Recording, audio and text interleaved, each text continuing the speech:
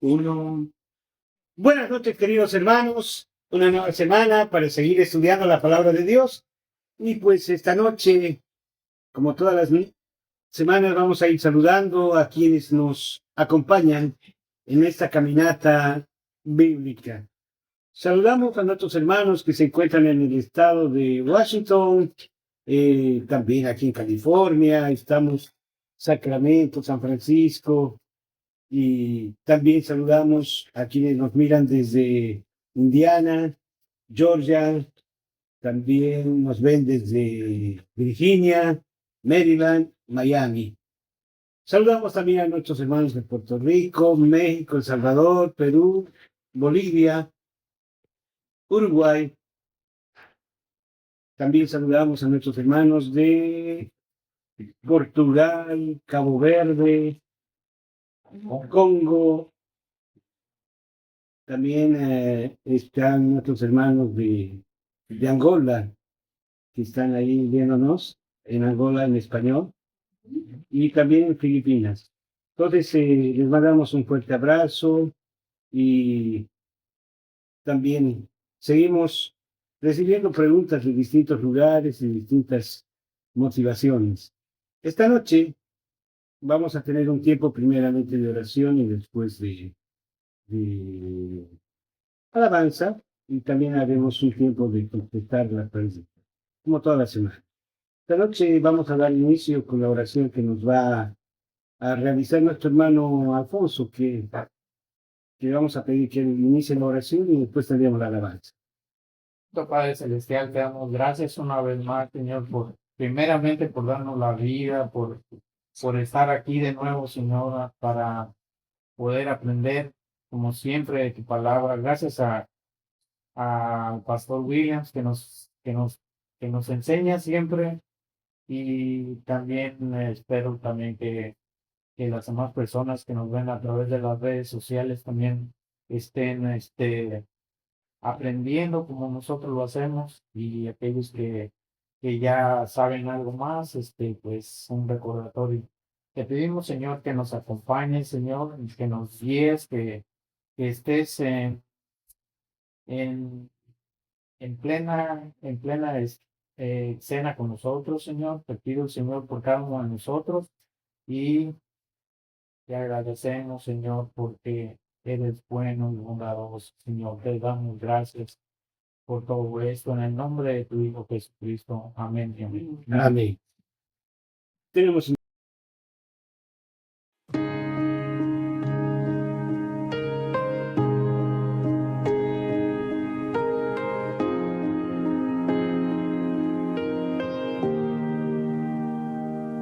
Es difícil, a veces no se entiende.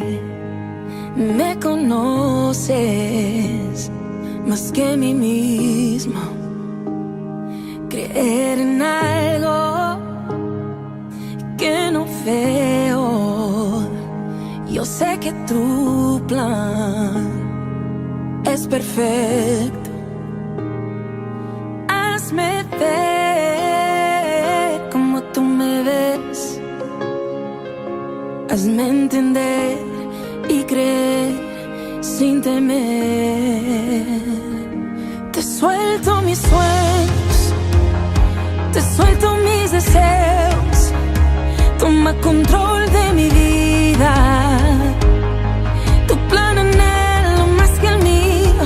Te suelto mis planes, te suelto mis decisiones. Toma control de mi vida. Tu plan anhelo más que el mío. Es difícil, a veces no se entiende. Me conoces más que a mí mismo.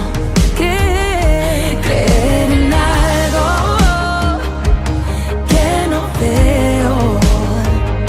Yo sé que tu plan es perfecto.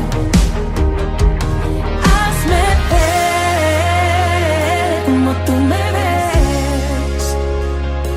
Hazme entender y creer suelto mis sueños, te suelto mis deseos. Toma control de mi vida.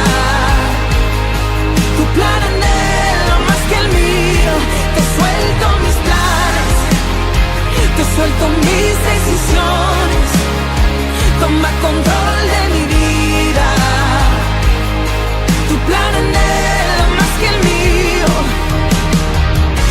Lo dejo en tus manos. Úsame, Jesús. A mi manera no funcionó.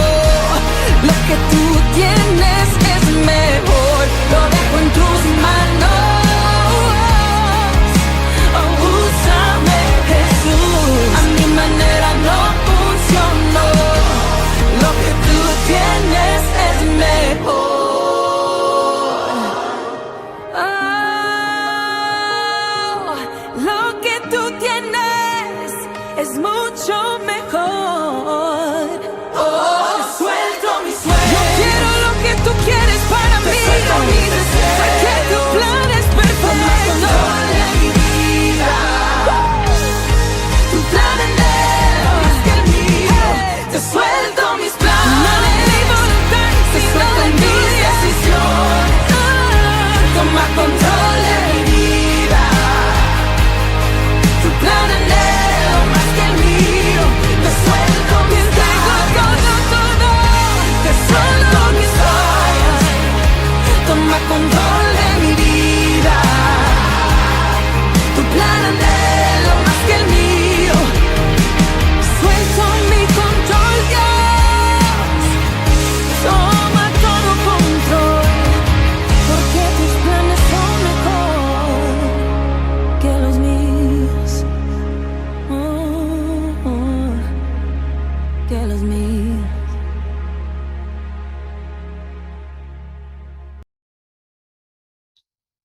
Amén. Vamos a entrar en las preguntas. Vamos a ir contestando esas preguntas. Y la primera pregunta que tenemos esta noche es la siguiente. ¿Qué principios seguían para restaurar a quien se había arrepentido? ¿Recuerdan? Hablamos de la disciplina de la iglesia primitiva. Y en este caso la pregunta, ¿qué principios seguían para restaurar a quien se había arrepentido? Bueno, la persona, me imagino que tuvo haber reconocido, ¿no? Que se equivocó. O sea, que ese arrepentimiento probablemente, si no fue público en la congregación, fue público, ¿verdad? Al pastor o o los líderes, ¿no? Que bregaron con él. Segundo, la iglesia tiene que aprender a perdonar de corazón, no de labios.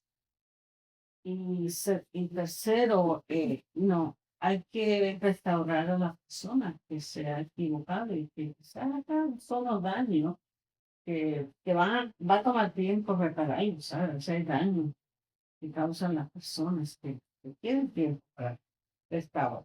Entonces hay que ser, esto es un proceso que tiene que ser gradual y prudente. Y la confidencialidad que pienso que juega un papel muy importante para no lastimar, ¿verdad? Más personas. Muy bien. ¿Qué dicen los demás? Pues dice que una persona, como en 2 Corintios 2, dice a Pablo que, pues, como dice nuestra hermana, tenía que ser advertida de lo que hizo y corregida, pero de una manera prudente, con amor, con disciplina, pero que esa disciplina no fuera una forma de venganza, sino como una forma de una medicinal, como tipo Para sanar. curativa, pues que fuera sanando poco a poco, ¿verdad? Y hacerlos poco a poco otra vez, restaurarlos y volverlos a incorporar en la iglesia, pero no con una manera de así como abrupta o vengativa, sino reconociendo que reconociera sus faltas, pero enfocados con amor y pues paciencia también, ¿verdad? Claro. A eso le llamamos el acompañamiento pastoral, ¿no? Yo recuerdo que una vez hubo un castigo hacia un pastor, Ajá. lo disciplinaron. Bien. Era un pastor neopentecostal. Y para sorpresa de él, la persona que tenía que ministrarlo era un metodista. Para un neopentecostal eso fue escandaloso, pero con el tiempo comprendió que el amor de Dios es mucho más que doctrinas, que religiones, y que el amor de Dios pues trasciende todo, y que el acompañamiento pastoral es el que hace que la persona genere un cambio de vida y consolide nuevos factores y valores que le permitan enderezar sus caminos, ¿no? Entonces, en este caso, lo que están manifestando es muy cierto, es la restauración es un proceso gradual, pasito a pasito. Bien, muy bien, están enfocadísimos ustedes, ¿eh? Vamos con la siguiente pregunta. ¿Cómo influyen los cambios geológicos en la lectura literal del Edén? Creo que yo había explicado eso la vez pasada. ¿Algo? Que el Pero- Edén fue antes del diluvio. Entonces, desde entonces ha habido una serie de cambios biológicos, ¿no?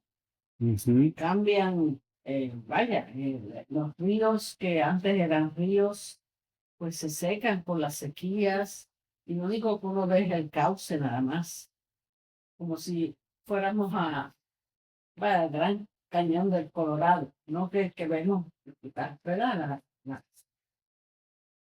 Las huellas no geológicas de lo que a lo mejor fue un mar, ¿no? Y ahora no lo es. Entonces, parece que el río Éufrates y el Tigris estaba en el área de Mesopotamia por los estudios geológicos que se han hecho y han podido corroborar que hubo civilizaciones que se beneficiaron de esos ríos. Pero los otros dones no. Pero eso de que estén o no estén en estos tiempos no tiene gran importancia. La gran importancia que tiene es que esos ríos estuvieron en el paraíso, un área, ¿verdad? Que se llamaba paraíso, que había un lugar que se llamó Edén, que de ahí surgían para producir, como se dijo la vez pasada, el fruto que el hombre necesitaba en ese tiempo, porque el hombre después aprendió, después de ser castigado, aprendió a sembrar y a cosechar y a trabajar, ¿no? Así que los ríos le permitieron, que los árboles continuaran supliéndole lo que ellos necesitaban hasta que aprendieran a cultivar. Entonces, ¿cómo influyen esos cambios geológicos en la lectura literal del Edén? ¿No? Que lo que era antes no es hoy. Bueno, básicamente para cuando hacemos la interpretación literal, la geología no es la misma. Entonces, lo que tenemos que entender que hay una realidad más que geológica, es una realidad espiritual a la que vamos a ir atacándonos. ¿Sí? Vamos con la siguiente pregunta. ¿Qué fuentes arqueológicas apoyan la identificación del Tigris y Leucra? Como dijo la hermana, las fuentes que fueron en Mesopotamia, a través de excavaciones arqueológicas que se Muy bien. encontraron, dice que hubo también tablillas y restos de civilizaciones que ahí existieron. No es Entonces, que hacían referencia a esos ríos, a la misma escritura.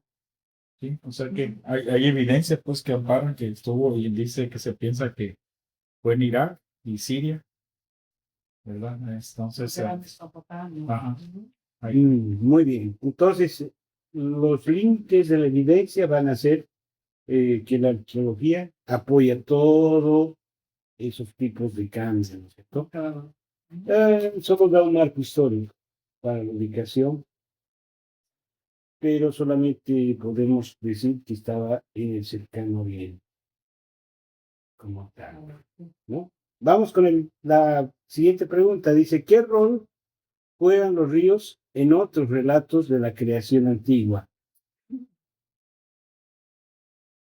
Bueno, juegan el rol como signos de vida Ya. y también como dan vida a la tierra y permiten la agricultura y también sirven como fronteras Muy entre bien. los países, ordenan espacios y pues Como fuente de vida, también como bien.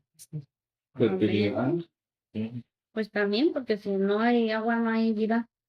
Como dijo los sobrevivientes de los Andes, es todo lo que necesita el hombre para vivir, agua y hierba.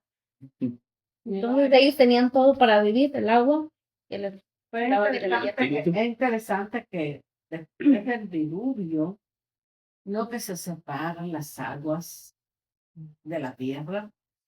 Entonces lo que era antes del diluvio y post-diluvio, quizás no es lo mismo. Entonces no podemos nosotros llegar. Lo único que tiene valor no es tanto la ubicación, sino el significado espiritual. Muy bien. Entonces, para ir definiendo esta pregunta y contestando, diríamos que todo encaja en lo que es un significado de subsistencia, de límites y de función también religiosa en su vida. Igual. Mm. Bueno, la siguiente pregunta también tiene que ver con esto. Dice, ¿cómo interpretan los estudiosos modernos la topografía del Edén? ¿Qué dicen? ¿Quién se anima a contestar?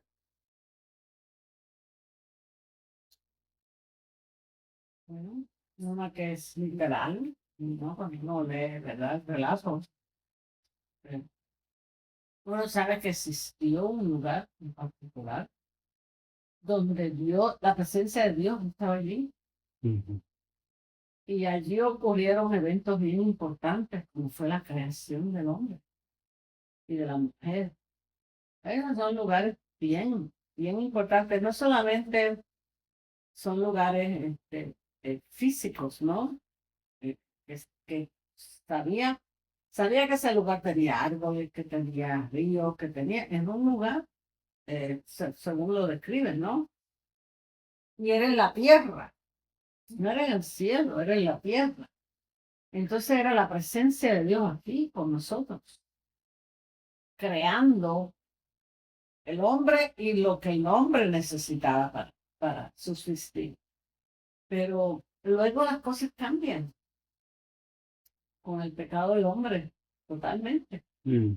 Y así cambia, yo pienso, a medida que ellos fueron, ¿verdad? Teniendo hijos y generaciones, así se mudaban y viajaban, y ya lo que antes era, ¿verdad? El comienzo ahora no lo es.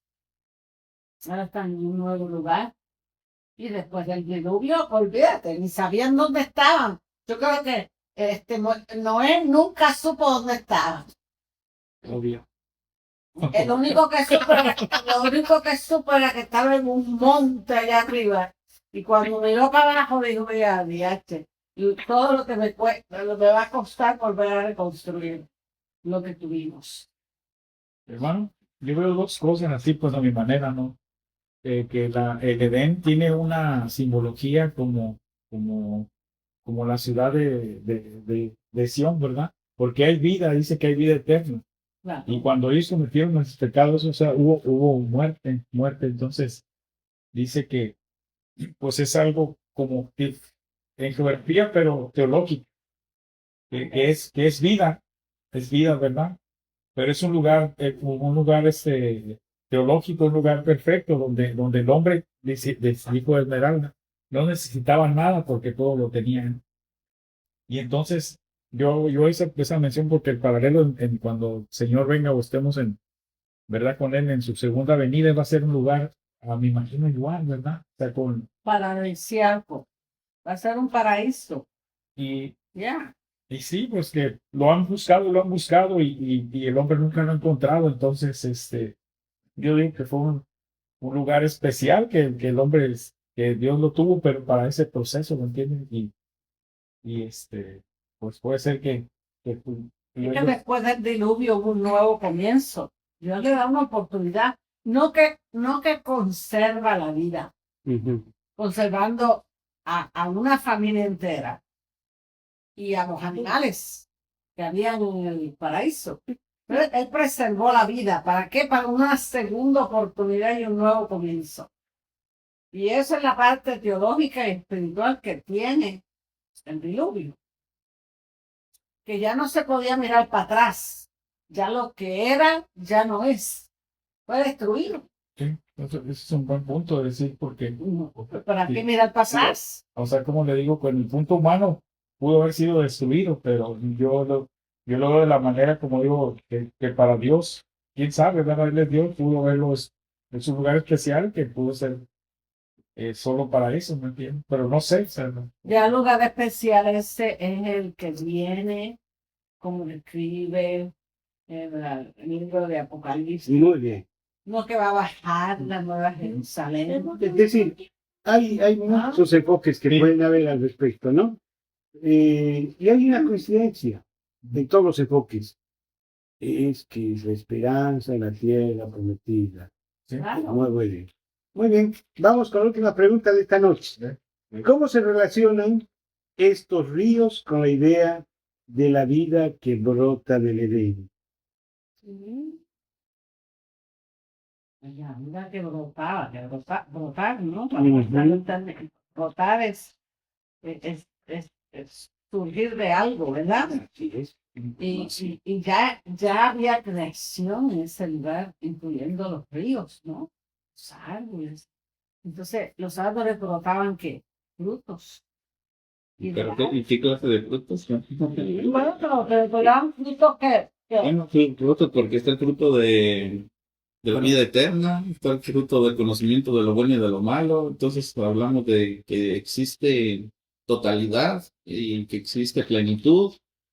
Y entonces de esa raíz se riega hacia, ¿verdad? Por eso se dividen los ríos. Como la vida no solamente se queda, sino que se se comparte, comparte, se desplaza. claro, se plata Y, de generación en generación. ujú. Sí, sí, había manzanas y naranjas. Había manzanas, a saber si habían guineos y plátanos. Pero una jovencita me dice, tengo una pregunta, ¿por qué nosotras sufrimos por nuestra media naranja cuando toda la solución está en la manzana?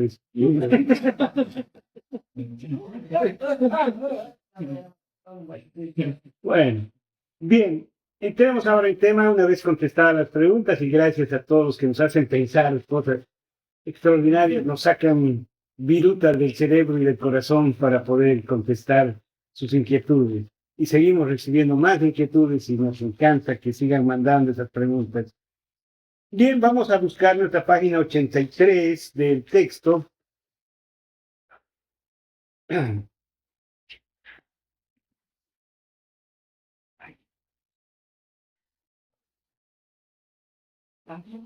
Es, 83. yo les digo, Ajá.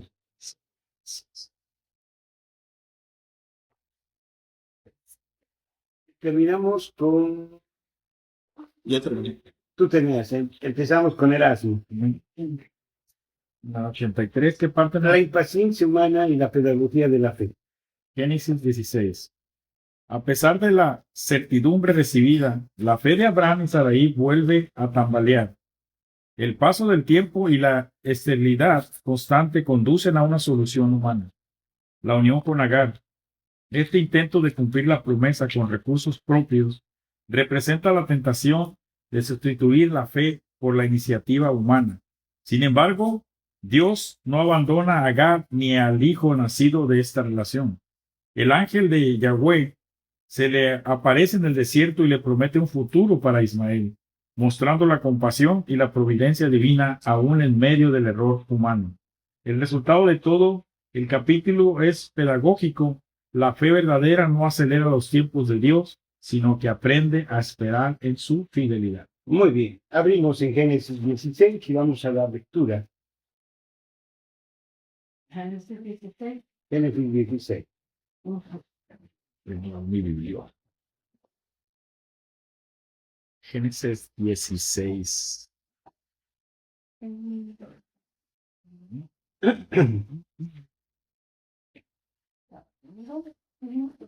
Del 1 al 5, por favor, Norma. Ok. Sarai, mujer de Abraham, no le daba hijos. Ella tenía una sierva egipcia que se llamaba Agar. Dijo entonces Sarai a Abraham: ya ves que Jehová me ha hecho estéril. Te ruego, pues, que te llegues a mi sierva, quizás tendré hijos de ella. Y atendió Abraham al ruego de Sarai. Y Sarai, mujer de Abraham, tomó a Agar, su sierva egipcia, al cabo de 10 años que había habitado en Abraham, en la tierra de Canaán, y la dio por mujer a Abraham, su marido. Y él se llegó a Agar, la cual concibió, y cuando vio que había concebido, miraba con desprecio a su señor. Entonces Sarai dijo a Abraham: mi afrenta sea sobre ti. Yo te di mi sierva por mujer, y viéndose encinta, me mira con desprecio. Juzgue Jehová entre tú y yo. Qué tremendo, ¿no? No, que acabo de enterarme, algo que no, un dato que no había prestado atención, es que era egipcia, Sí, claro que que haber sí. sido bonita. Quién sabe, no Depende. no dice nada, pero Yo creo que era como- joven, por ahí era joven. por ser Mohamed Salah, ¿no? Y egipcia. Estaba bonito. Vamos con el versículo 6, Alfonso, hasta el 10, por favor. Y respondió Abraham a Sarai: he aquí, tu sierva está en tu mano. Haz con ella lo que bien te parezca. Y como Sarai la afligía, ella huyó de su presencia. Y la halló el ángel de Jehová junto a una fuente de agua en el desierto, junto a la fuente que está en el camino de Sur.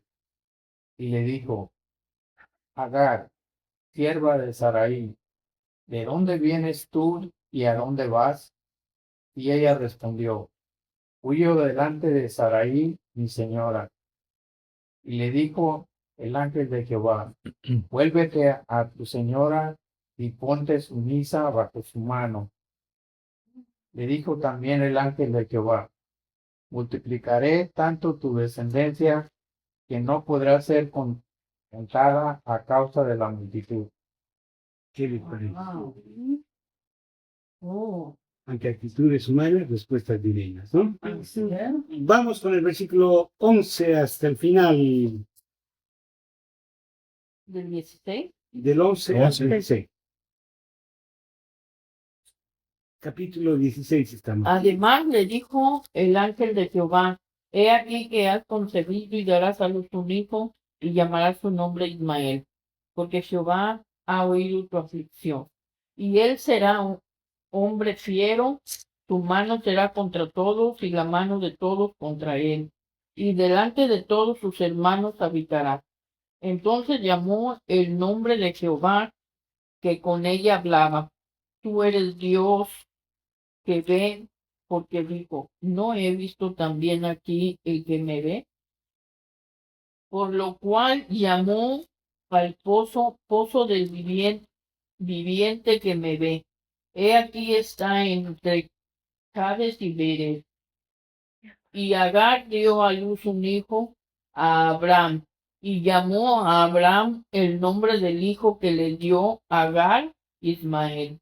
Era Abraham de edad de 86 años cuando Agar dio a luz a Ismael. Muy bien, qué tremendo, ¿verdad? 86 años. Igualmente, Era un joven de 86. ¿cómo se llamaba esta otra mujer que Ah, yo pensé que me iba a preguntar qué hierbas. ¿Qué son estos? Este dramita, lo que yo veo aquí de este dramita es que me recuperó? la que miró, yo creía que había sido Sara. la que había mirado a la esclava con un celo, era al Al revés. revés. Era ella quien Pues se sí. sintió empoderada. No, Pero es interesante cuando el ángel le habla y le hace la promesa, que le hace una gran promesa, y le dice, vete donde Sara y sométete a Sumisa. ella. ¿Mm? Eso no es fácil. Tremendo, ¿no? ¿Me sale los ojos esta historia? ya. Vamos a saltar a la página 104 del texto. Entonces lo que fue. Lo andaba oyendo la mujer. Cuatro.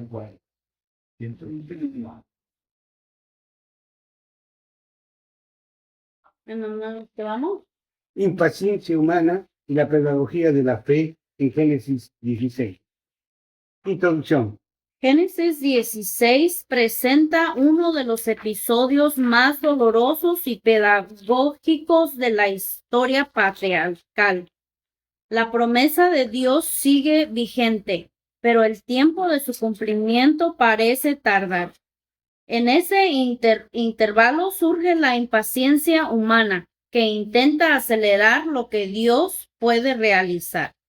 El resultado no es paz, sino conflicto, fractura familiar y una nueva etapa de espera.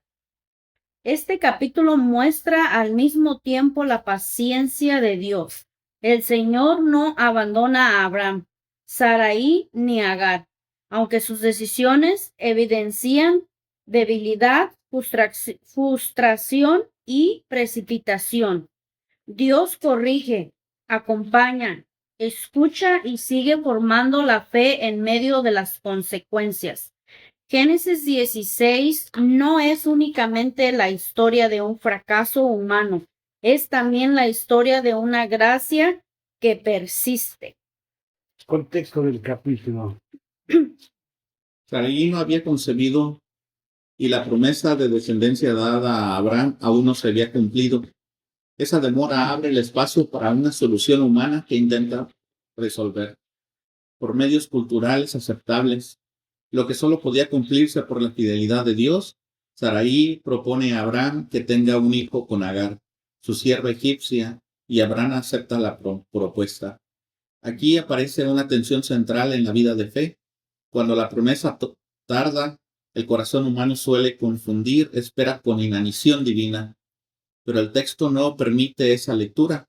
El silencio aparente de Dios no significa ausencia, sino formación. La demora prepara el escenario para que la promesa se reciba como don, no como logro. La impaciencia de Sarai y Abraham. La impaciencia en Génesis 16 no es simple prisa, sino incredulidad práctica. Es la convicción de que Dios necesita ayuda para cumplir lo que prometió. Sarai interpreta su esterilidad como un obstáculo definitivo y busca una salida socialmente legítima, pero espiritualmente insuficiente. Abraham, al aceptar el plan, comparte la responsabilidad del desvío. Su acuerdo muestra que la fe no solo puede debilitarse por dudas abiertas, sino también por decisiones que parecen razonables, pero que ya no descansan en la palabra divina. La narración expone así un principio muy serio, una solución que parece viable para la cultura, puede ser incompatible con el tiempo y el propósito de Dios. Es decir, cuando no viene el milagro, a veces nos ponemos impacientes. ¿Qué pasa? Que no hay milagro, y queremos que ocurra, y presionamos, y queremos por medios humanos que ocurra. Y eso es lo que estamos presenciando, ¿no? En esta historia. Pero es interesante que eso tiene consecuencias, ¿no? Bueno, veremos ahí Y las consecuencias del ataque. Ok. El nacimiento de Ismael no resuelve la tensión, la intensifica. Lo que parecía una respuesta práctica se convierte en el inicio de un conflicto que atraviesa la casa de Abraham. Agar comienza a mirar con desprecio a Sarai. Sarai la trata con dureza y Agar termina huyendo al desierto. Esto revela una verdad constante en la historia bíblica. Los atajos pueden ofrecer resultados inmediatos, pero no sustituyen la obediencia paciente. A menudo producen lo que prometen evitar. En lugar de traer descanso, generan rivalidad. En lugar de cerrar una herida, abren otra.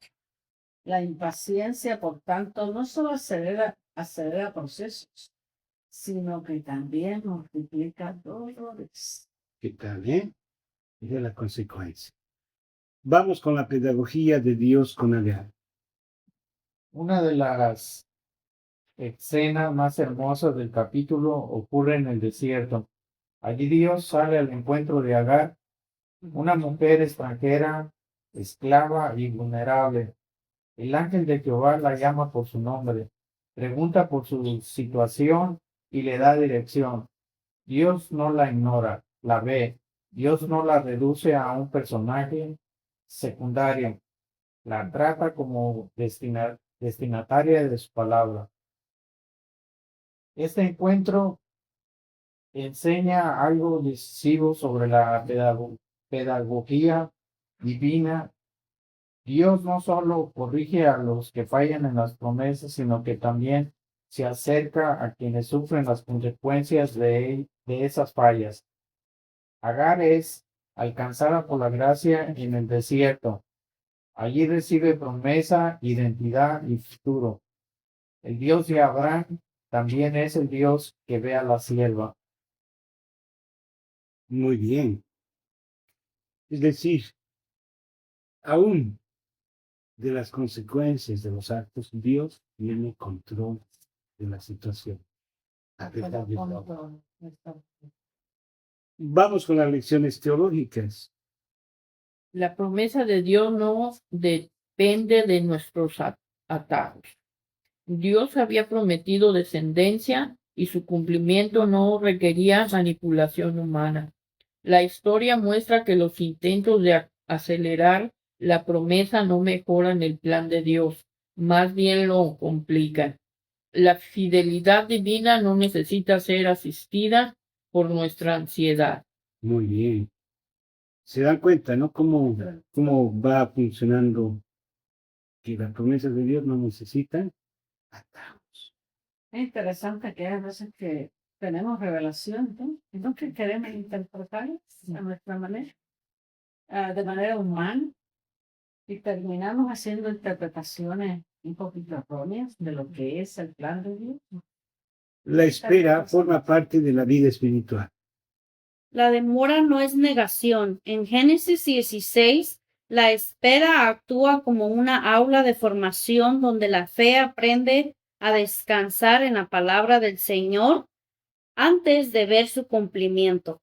La madurez espiritual no consiste en escapar de la espera, sino en atravesarla confiando. Muy bien. Es decir, ¿se imaginan que una mujer que está esperando un bebé quisiera no esperar los 9 meses? Que sea mañana, ¿sí? No se puede. O sea, tiene que haber todo un proceso. Las circunstancias no eran ideales para esperar, porque cuando tú te consideras estéril y ya has perdido la fe de poder dar a luz por tu avanzada edad, había unas circunstancias que hicieron a Sarai impacientarse. Y a veces las circunstancias hacen o nos empujan a tomar atajos. Muy bien. Dios ve a los quebrantados. Agar, una mujer sin poder y sin derechos, recibe una revelación personal de Dios de vivo. Eso muestra que la gracia de Dios no se limita al centro visible de la historia del pacto, sino que alcanza también a los marginados y heridos. Dios ve a quienes otros no ven. O sea, los invisibles, a los que están invisibilizados. Dios ve a todos, ¿no? A veces hay personas que están cerca, pero nadie los ve. Pero Dios está viendo, ¿no? Seguimos. La obediencia parcial genera consecuencias, ¿no? Futuras. Sí. El nacimiento de Ismael no cancela el propósito de Dios para Isaac. Al contrario, introduce una tensión que se volverá permanente dentro de la historia familiar. La Escritura nos enseña así que las decisiones tomadas fuera de la confianza plena de Dios pueden producir frutos reales, pero no necesariamente frutos de promesa. Ahí está. Esa es la respuesta para la pregunta de Norma, ¿no? Hay frutos, pero no son frutos. Pero esos frutos a veces se convierten en conflicto. Sí. Vamos con el enfoque pastoral. Génesis 16 advierte que adelantarse a Dios no acelera la promesa, la complica. Cuando el creyente intenta resolver por su cuenta lo que solo Dios puede dar, termina cosechando angustia adicional. La impaciencia suele parecer eficiencia, pero en el reino de Dios termina siendo desorden. Sin embargo, el capítulo también consuela profundamente. Dios no abandona a los involucrados. Corrige a Abraham, confronta a Sarai y consuela a Agar. Su pedagogía no destruye, sino que forma. No cancela, sino que orienta. No se retira, sino que acompaña. La fe madura aprende a esperar en el tiempo de Dios, confiando en que su demora también es sabia. Maravilloso, ¿no? Ujú. Paralelos entre Génesis 16 y Génesis 21. Génesis 16 y Génesis 21 forman un díptico narrativo. El primero muestra la iniciativa humana adelantando a la promesa del segundo. El cumplimiento soberano de Dios. Ambos capítulos están unidos por Agar en Ismael, pero también por una progresión teológica muy clara. Muy bien. Hay todo un análisis, ¿no? Y vamos a entrar al doble encuentro divino con Agar. Génesis 16 y Génesis 21 presentan dos momentos únicos en la escritura. En ambos, Agar queda al margen de la seguridad doméstica y es alcanzada por Dios en el desierto. En el primer encuentro, Dios la ve. En el segundo, Dios oye el clamor del niño. La progresión es hermosa. El Dios que ve también es el Dios que provee. Qué tremendo, ¿no? Cómo Dios puede percibir aún esta situación. Entramos en la progresión espiritual, contraste entre carne y promesa. Ismael representa lo nacido según la carne. Isaac, lo nacido según la promesa. El primero surge por iniciativa humana. El segundo por intervención soberana. El relato no desprecia a Ismael, pero sí distingue claramente su origen y su función dentro de la historia redentora. Ismael, en Génesis 16, nació según la carne. Isaac, Génesis 21, nació según la promesa. Ismael, iniciativa humana, conflicto inmediato. Isaac, tiempo de Dios, gozo familiar. Tremendo, ¿no? ¿Ya? La comparación que se hace entre Isaac e Ismael. ¿No que hasta el día de hoy está en un conflicto? Sí, Es peleando. una explicación, ¿no?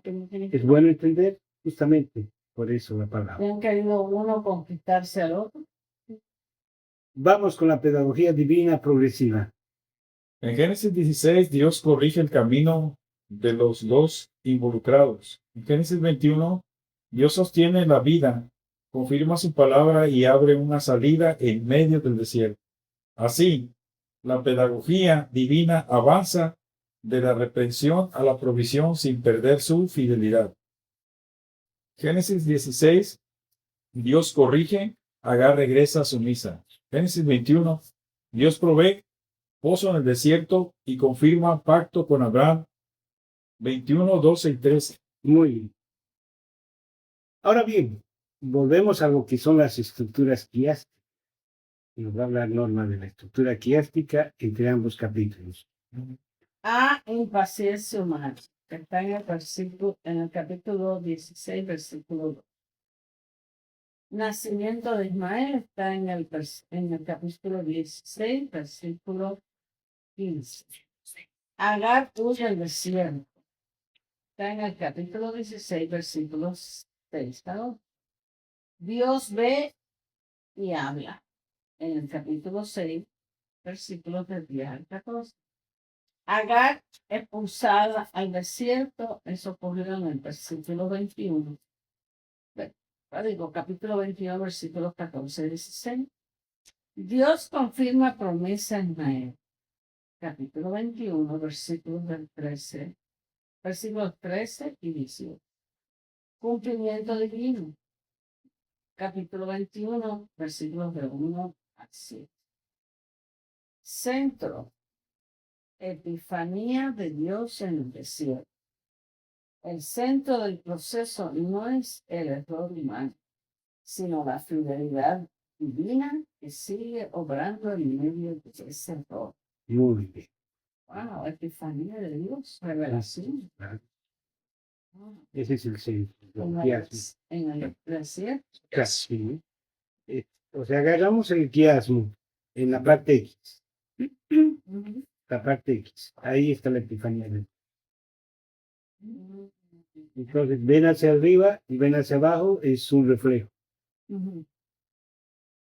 O sea, siempre va a haber estos quiasmos, ¿no? O sea, pero no debemos descuidar de saber lo que es esto. Bien, vamos con el significado teológico. Las consecuencias de la impaciencia permanecen. Lo sucedido en Génesis 16 reaparece en Génesis 21. La expulsión, el conflicto y la separación muestran que las decisiones participadas dejan huellas duraderas. Dios no borra automáticamente las consecuencias, pero sí las redime dentro de sus propósitos. Muy bien. Vamos con la fidelidad dual. Isaac, heredero del pacto. Ismael, nación grande. Génesis 17, versículos 20, 21 y 13. Dios honra su palabra a todos los involucrados. Isaac es el heredero del pacto, pero Ismael también recibe una palabra de preservación y de multiplicación. Dios no solo cumple su promesa principal, también cuida a quienes quedan en torno a ella. Su fidelidad es más amplia que nuestras categorías. Muy bien. Dios provee en la crisis. Cuando Agar cree que su hijo morirá, Dios abre sus ojos y le muestra un pozo de agua. La provisión aparece no antes de la crisis, sino en el corazón mismo de ella. Eso enseña que la ayuda de Dios no siempre evita el desierto, pero sí sostiene dentro del desierto. Muy bien. Vamos con la aplicación pastoral. No fuerzas la promesa. La impaciencia complica, no acelera el propósito de Dios. Sí. 2. Dios ve lo invisible. Su mirada alcanza a los quebrantados y marginados. La carne produce conflicto, la promesa produce herencia. Dios honra su palabra, incluso cuando nuestras decisiones han sido desordenadas. ¿Qué tal, eh? Qué tremendo. Qué palabra más poderosa. Vamos con la conclusión, Erasmo. Génesis 16 y Génesis 21 nos enseñan que Dios transforma las malas decisiones humanas en escenarios de redención. La impaciencia produce Ismael. La promesa produce Isaac. La sierva fugitiva llega a ser una mujer visitada por Dios, y el desierto se convierte en un lugar de revelación y provisión. La lección final es clara. No debemos confundir la prisa con la fe. La fe verdadera espera, escucha y confía. Y aun cuando el ser humano se adelanta a Dios, el Señor sigue obrando para llevar su propósito a cumplimiento. Wow. Qué tremendo. Con eso, ¿Qué les ha parecido? Ay, yo te digo una cosa, mira, es que Dios tiene planes, ¿no? ¿Y quién puede leer la mente de Dios, verdad? no, Él habló a Abraham, ¿no? Y le hizo una promesa, pero no le explicó los detalles del plan, ¿no? No que le dijo, mira, de tu queridísima esposa Sara, que es estéril, va a salir un hijo, ¿verdad?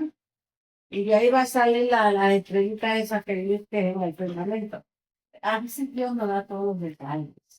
Y ahí que entonces el ser humano se desespera y quiere fill in the blanks, quiere llenar los blancos, ¿no? Lo que Dios todavía no ha revelado, no ha dicho, queremos llenar los blancos a Dios. Y ahí es donde nos equivocamos, pero fíjate que Dios tiene el poder de, yo voy a usar un término que se utiliza en el GPS, reroute. Dios tiene el poder de que a pesar de que tú te desvías, ¿no? De las rutas que el GPS te ha marcado, él te da una ruta alterna y corrige, ¿no? ¿Para qué? Para que puedas llegar a donde él te quiere. Y yo veo eso así, que parece un error, ¿verdad? Y lo fue, porque vaya, Agar no tenía por qué involucrarse en las promesas que Dios había hecho a la familia de Abraham. Pero vaya, hubo error humano. ¿Y qué hizo Dios? Mandó su ángel. Yo me imagino a Agar. Agar viene de Egipto. Esta gente de Egipto no conoce a Dios. No los conoce, a menos que no haya sido israelita, de esos que, ¿verdad? Estuvieron en Israel. No sabemos su trasfondo. Pero estos egipcios, ellos tienen otros dioses. Y yo, mientras escuchaba la narrativa, me preguntaba, ¿cómo pudo Agar reconocer al ángel de Dios? Cuando quizás sufriera diferente. Pero Dios es así, Dios todavía se revela al hombre, independientemente de su fe, independientemente de su trasfondo cultural, etcétera, etcétera. Y vemos cómo se va introduciendo nuevamente otros espacios, ¿no? Por ejemplo, vemos que se comunica a través de ángeles. Ángeles. Entonces, ya vemos en esta introducción No, ya estoy que mirando aparecen el título. los ángeles, ¿no? Oye, la angelología bíblica. Entonces, eso nos abre un espacio para poder entender que Dios tiene control y Dios tiene ángeles Oye, moviendo la historia, moviendo los espacios y cumpliendo cosas, ¿no? bendiciones. Lástima que sé que el tema está interesante, No, la angelología es un pero el tema tiempo bien se ha interesante. terminado. Nuestro tiempo de hoy y se ha ido muy rápido, pero hemos cubierto un buen trecho de historia. Entonces, así que la próxima semana estaremos viendo toda la parte de la angelología. Bello. Bien, vamos a Pero pedir mira, que vamos a anunciar que probablemente estaremos ya cuando estemos en Bolivia sí, hablamos la próxima semana. transmitiendo desde ella. Ajá. Bien, vamos a pedir que nos despida Celia esta noche. Bendito Padre Celestial, te damos gracias, Señor, porque tú siempre tienes un nuevo comienzo, una nueva manera Sí, sí. de arreglar las cosas que nosotros desacomodamos, Señor. Te pedimos, Padre Santo, en esta noche que nos ayudes a no apresurarnos a hacer las cosas a nuestra manera. Enséñanos, Señor, también a esperar, porque todas las cosas buenas vienen de ti. Nos despedimos de este lugar, pero no de tu presencia. Te damos honra y gloria y alabanza en esta noche. Llévanos a nuestros hogares con bendición. Te pido que bendigas a las personas que nos están escuchando, según sus necesidades, sé propicio a ellas, Señor. En el nombre poderoso de tu Hijo Jesucristo, Señor nuestro. Amén y amén. Amén. Hasta la próxima semana.